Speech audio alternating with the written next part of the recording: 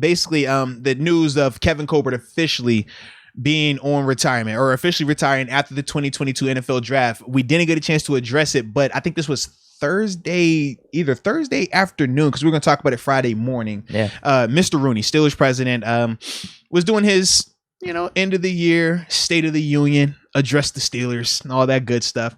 And he was asked about the Kevin Colbert GM situation, and he basically said that yes, the reports are true. Remember, we had, is it confirmed? Because people started to refute it a little bit right afterwards. But it is confirmed that after the 2022 NFL draft, the Kevin Colbert will be retiring from that role with the Pittsburgh Steelers. Now, he also said, in terms of Mr. Rooney, a couple of things here. He said that they're actively looking to fill that role as soon as possible. They've also already interviewed Brandon Hunt and Omar Khan.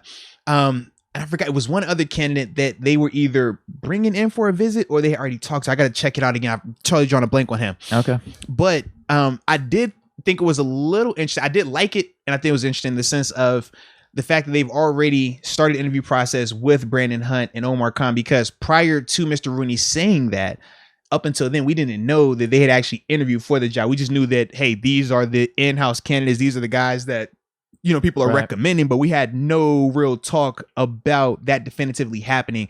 We knew that they interviewed outside the organization thus far in terms of both of those guys, but it was good to know that they've already at least interviewed them once.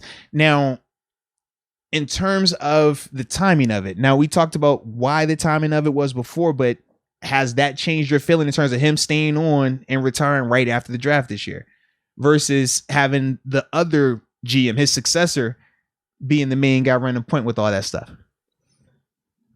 Oof. Because we said we could have a little bit of a, different of opinion, different of style in terms of what type of guys this GM might be looking for versus this other guy. So yeah. If we brought someone from the outside, I'd have to assume they're the one making the calls for the draft. Okay. Colbert's around to help out. So if that's the case, I don't really care. Okay. If it's Colbert making the calls, we bring in an outside guy. I'd prefer it just to be the outside guy from here on out to make the calls for the draft, right? To help build his team. Yeah. But I don't think, I would assume, and we've mentioned Colbert would be very accommodating for that type of scenario. Right. Now, if it's one of these in-house guys, yeah, Colbert can stay on. I don't think that matters. I really don't. I think it's like all them working in unison as they have been up to this point. Yeah. And you don't have a stance one way or the other in terms of it needing to be in-house versus wanting to go out of house. Okay. I don't, because this is just all new territory right now. And the two guys that we are interviewing, and Hunt and Khan, they're both really qualified. Yeah. So I don't think you can really go wrong either way. One has a specialty in one with the scouting with Brandon Hunt. Khan, the numbers guy. What do you want to pick? Just pick your poison. If you're gonna bring in someone from the outside, I don't know. It's just all new. Yeah, I'm not opposed to that either. Just as something fresh, because we're starting a new era at quarterback here, starting a new era at GM in a way. So I could see someone just coming in with a fresh set of eyes and helping out, and that being a good decision from the organization standpoint. So this is all up in the air. As long as it's someone that's qualified, not someone like some rando, which I'm assuming it wouldn't be the case. Yeah. I don't think we can really make a wrong move right now. I like the mindset right there. For me, man, I share the sentiment of whoever you bring in, and I will take it a step further. Even if it's in-house and we're talking Brandon Hunt and Omar Khan, I do think whoever you decide in terms of the Steelers, whoever they decide is going to be the successor, personally, I want them taking the point throughout the whole offseason. Yeah. I want Colbert to more so be the kind of like a fairy godfather in the sense of, hey, man, this is how we do it. But if you want to do it a different way, I understand it. This is what I've learned. These are the pros and cons of this approach, but you can still do it this way. No different when we talk about streaming, right? We're like, hey, you can stream through OBS. You can stream through, this software, that software. It's like, it's multiple ways to do it, but this is what we think works. This is our method. So as long as it's like that, I'm cool either way. I just don't want it to be, okay, if it's in-house, Colbert is going to be the point guy and Hunt or Khan, have to deal with what is ever left over, because just because you worked with a guy and worked for a guy for a long time doesn't mean we share the same opinions. I mean, me and you, for example, right? We've been doing this thing for a couple of years now, but we still split on a lot of stuff. You know what I mean? So I could see that scenario, and that's why I just feel like I would just want whoever that new guy is to be the point guy, because it's nothing worse a year from now, 2 years from now, that person's having to be on the hook and have to be judged by what Colbert did on the way out. And that's the part where I'm just like, I don't think that is the best for the team, or more importantly for that GM who is going to be taking over in a very difficult situation in terms of the timing of it, not having the franchise quarterback currently right now, or at least we don't know, right? You got to give a little, it's like the prerequisite so you don't cancel out Mason and Haskins and Dobbs. We don't know, but it looks like it could be a little bit of an extensive search a little bit. So to me, I just think that whoever that new GM is, they should be able to be the main guy. I'm with you. Yeah. Ultimately, I would like whoever the GM is going to be for the future to make the calls, because you're going to have to live with it. I'm just not opposed for Colbert hanging around. Now, Q says, and shout out to Q, he says he's not a fan of having Colbert do the draft this year. I wonder why. Now, Q, I know you're going to a little delay right here, but let us know why you're not a fan of Colbert staying on for the draft. And if anyone else isn't a fan of Kevin Colbert staying on up until the 2022 draft, if you think he should leave now, kind of like the Adrian Clem situation, right? Don't sting around. Don't be a distraction. If you think that he should be gone sooner than the draft, let us know in the comment section. Just could that still happen? Yeah, absolutely could if they chose to. I don't think they would, solely because when Mr. Rooney speaks, they like to have that unified voice. So you remember a year ago when the tone was, we're going to fix the run game, everything was, we're going to fix the run game. When you hear Mr. Rooney say that, hey, man, the run defense is going to be improved, you're going to hear every person say the run defense is going to be improved. So you hear Mr. Rooney say he's going to stay on until, after the 2022 draft. Hearing him say that is just like, yo, that's the voice. Everybody else falls in line with that. Okay. Yeah. Mike T for GM from Myron Bennett. We did bring that up. We definitely did, man. We definitely did. I'm not opposed, because he's already done similar things, and they use him, Colbert, the scouting department, Hunt.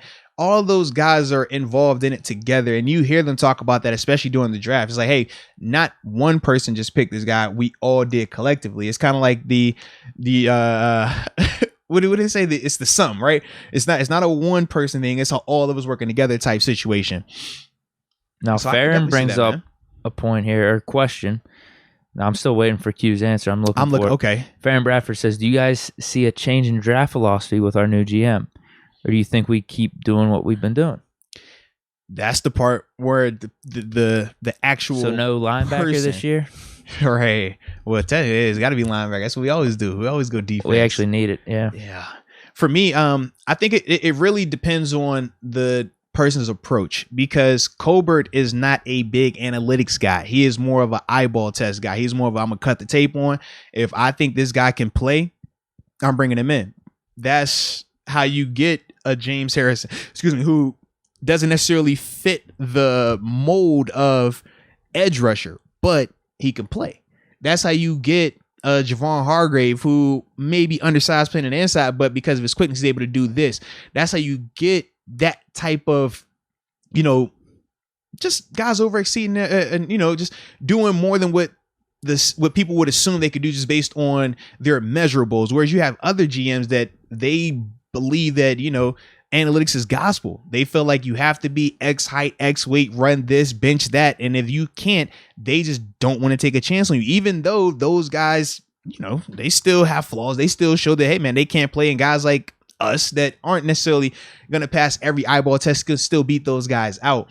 I just think that's going to be the big difference in terms of, what type of guy we're getting, because just because a guy is young doesn't mean that he's an analytics guy. Some young guys are still eyeball test guys, but on the flip side, you do have to worry about that, because that is very different than what our approach has been here in Pittsburgh. I'd be remiss if I didn't read this comment. This is great. Well, Q answered too. I got his comment. He did? Okay, bet. LeBron James, he says, Ben for GM and QB1, the next Jackie Moon. You know what?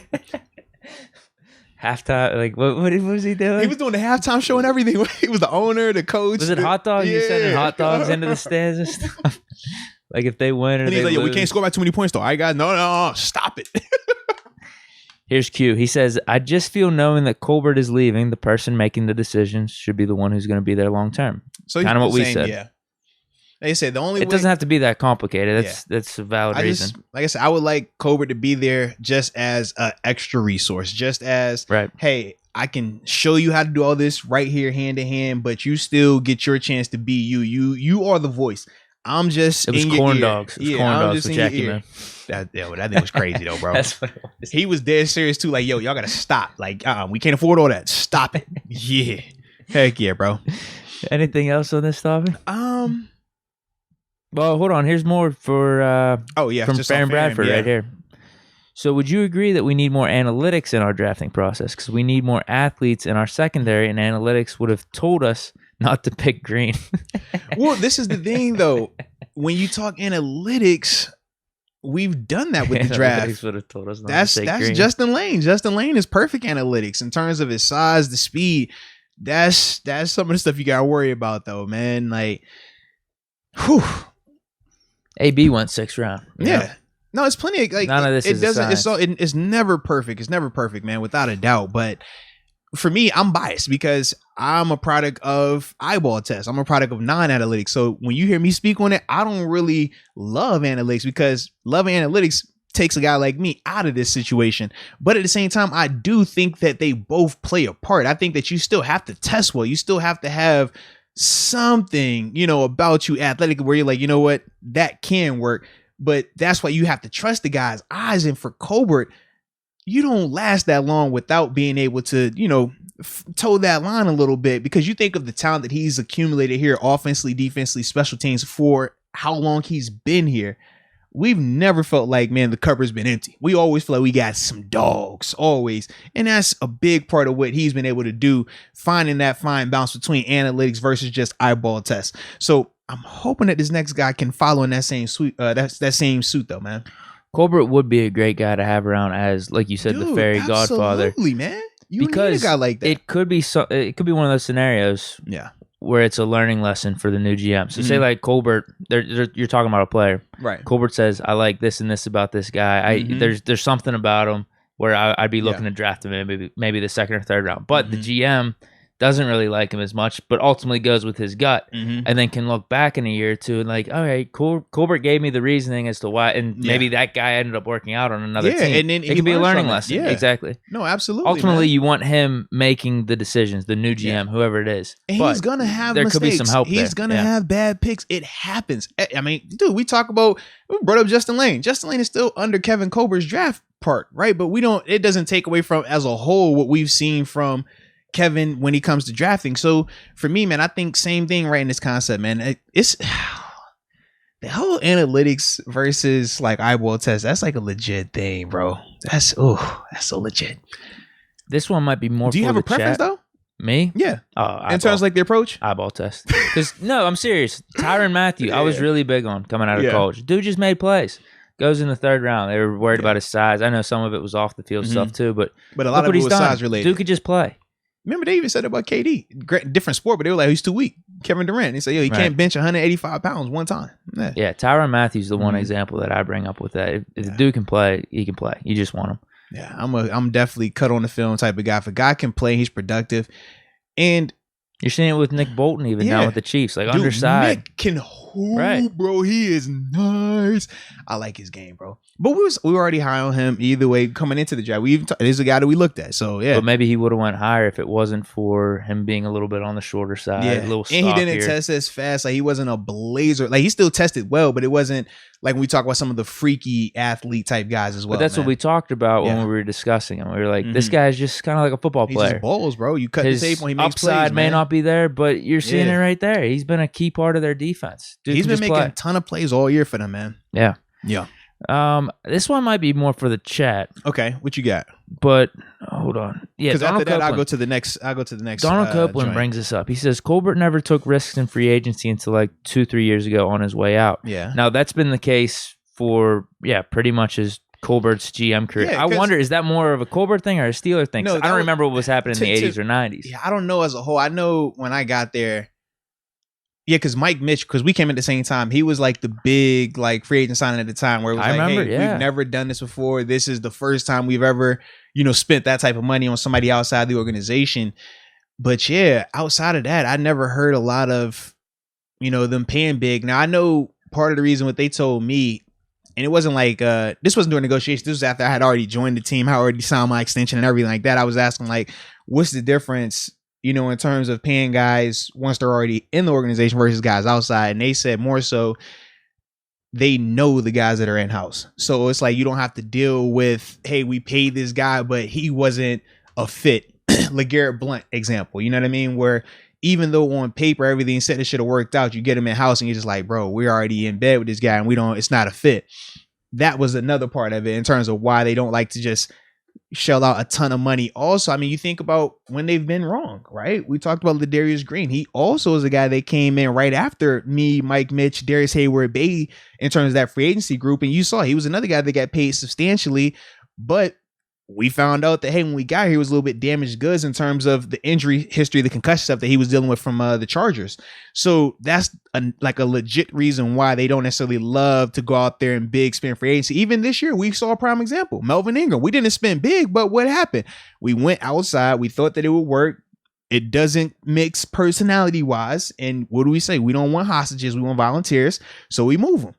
But you can't get that money back once you move them. You know what I mean? Once you already give them that deal. So that's another part of why they like to build in the draft, why they like to keep it all in-house.